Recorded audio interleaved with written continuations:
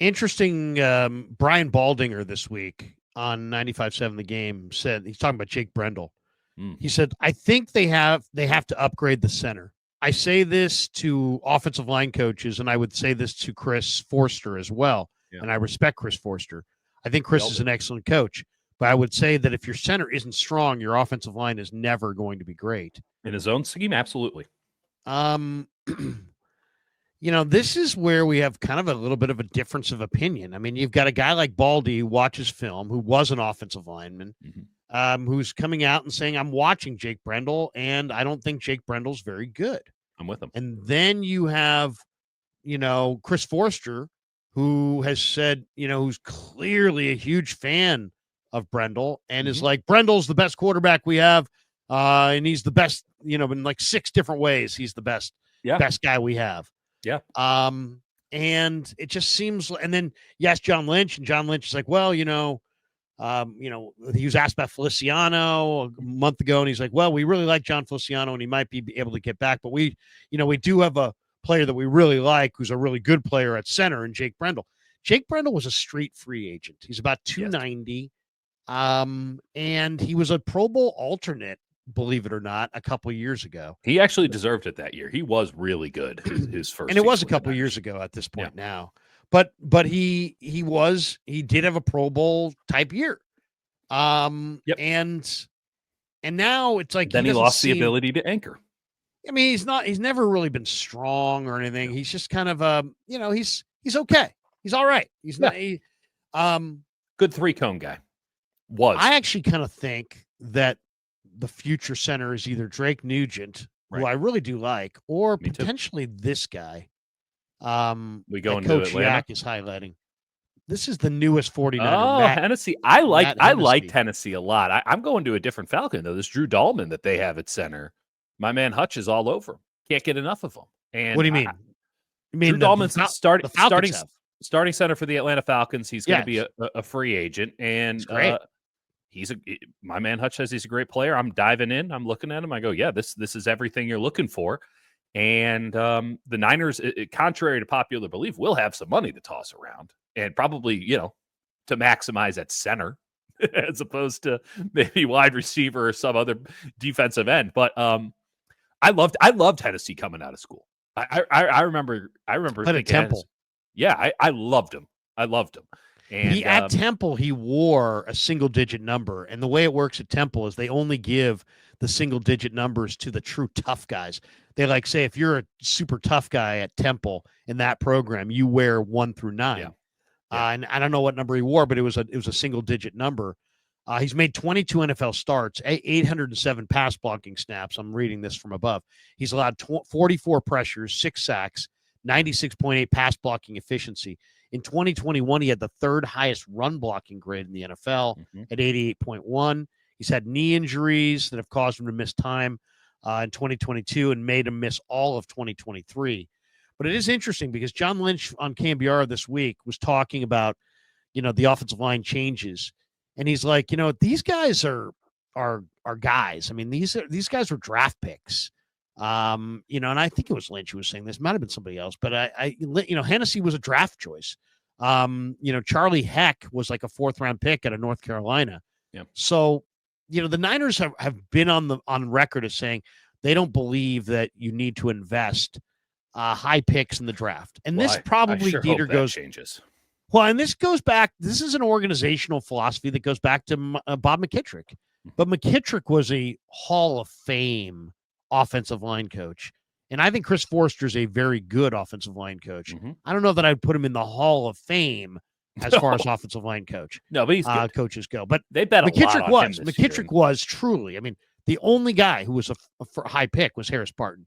Everybody else was undrafted, late round guys. Jesse Sapolo was like a 12th round pick back when the draft was 12 rounds long. They never valued offensive linemen. They always signed them off the street, signed them off veterans, never hardly ever invested in the offensive line. So it doesn't really surprise me that here we are and they're kind of in that same mode. Because if you really think about it, the Niners have these trends that are organizational trends that really go beyond the regime. I mean, the Niners have been emphasizing defensive line in the draft and with free agency. But I mean, for years, I mean, the Dennis Brown was a product of that. Ted Washington was a product of that. Bryant Young was a product of that. Mm-hmm. They always went defensive line. They never had enough defensive linemen. They always wanted more. So that's an organizational philosophy. And then their organizational philosophy of we don't draft offensive linemen high is also an organizational philosophy that dates back to previous regimes. So I guess we'll find out. That's two more guys that I would love to see in these final two games. Let's see what Hennessy's got. Hennessy's a Matt Rule guy. Yeah, and let's see what Heck's got. Let's put him out there. Why not? I'm a big fan of Matt Rule guys. I knew Rule back when he was at Temple. He would recruit South Florida when I was handling recruiting down in South Florida. And I know exactly what kind of guys he likes. And he and I saw eye to eye. Big fan of Matt Rule guys. So Hennessy being one of those guys who got recruited to Temple. I think he had already left for Baylor almost immediately afterwards. But there's something there. I don't know about at center, but they need to redo the entirety of the interior of the offensive line, if for no other reason than Brock Purdy is 6'1" on a good day. And you cannot survive in this league with a shorter quarterback if you don't have a good interior offensive line. And it's great that you have a good tackle. And frankly, I don't think Colton McKivitz has been a problem this year. It's great that your strength is on the outside. It's not tenable.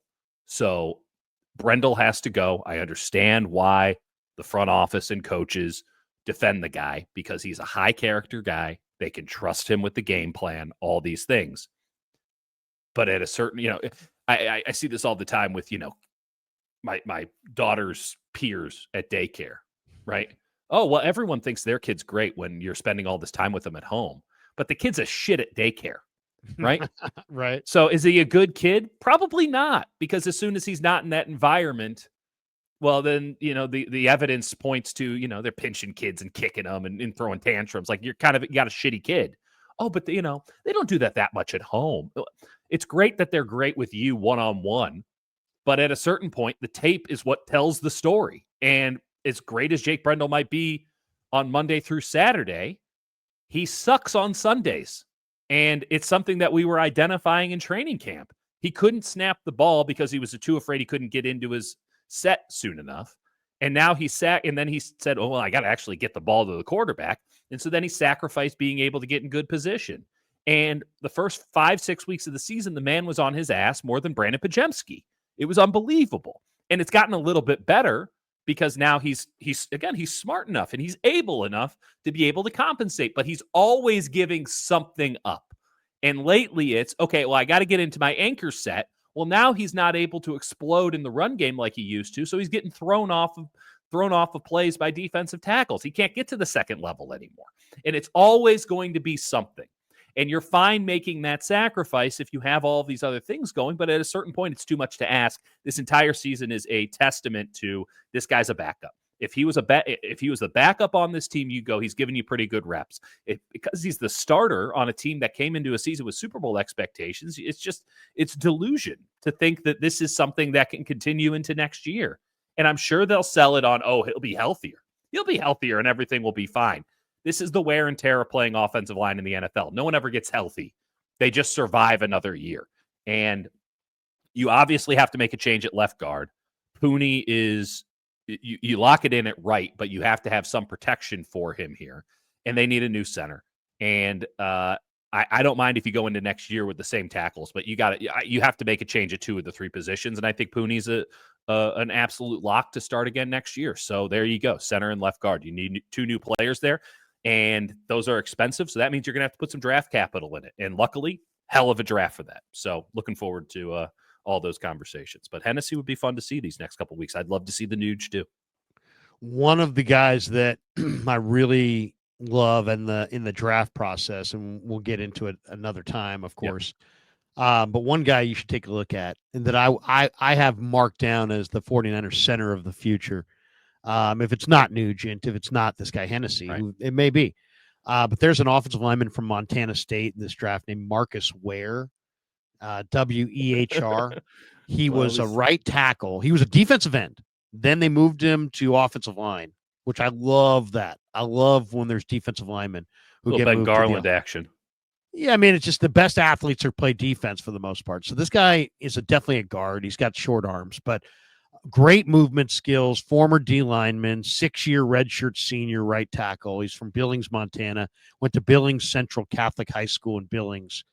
Class A first team All-American as a high school senior, led them to the state title.